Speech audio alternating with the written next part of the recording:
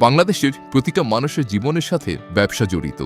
কৃষক কিংবা উৎপাদক থেকে পাইকার, পাইকার থেকে খুচরা বিক্রেতা, ইম্পোর্টার কিংবা এক্সপোর্টার, উদ্যোক্তা কিংবা শিক্ষক, এই চক্রটাই দেশের অর্থনীতি। অনলাইনের এই যুগেও ব্যবসা কঠিন। কাগজের হিসাব, ঠিকানার ঝামেলা, অবিশ্বাস, সময় অপচয়। ব্যবসা কঠিন হলে দেশ ধীরে চলে। 2026 সালের ত্রয়োদশ নির্বাচনে নির্বাচিত সরকারের কাছে আমাদের অনুরোধ, ব্যবসাকে সহজ করুন। পাইকারি পণ্যের সাথে জড়িত প্রতিটা অ্যাসোসিয়েশন, বাজার, কুরিয়ার, ডিস্ট্রিবিউটর সবার অনলাইন আইডেন্টিটি নিশ্চিত করুন। বাজার ভিত্তিক রেজিস্ট্রেশন, অ্যাসোসিয়েশন যাচাইকরণ, ট্রেড লাইসেন্স ডিজিটাল নম্বর, জাতীয় পরিচয়পত্রের সাথে সংযোগ তৈরি করুন। কারণ একজন ব্যবসায়ীর পরিচয় তার বাজার, তার ঠিকানা, তার বৈধতা।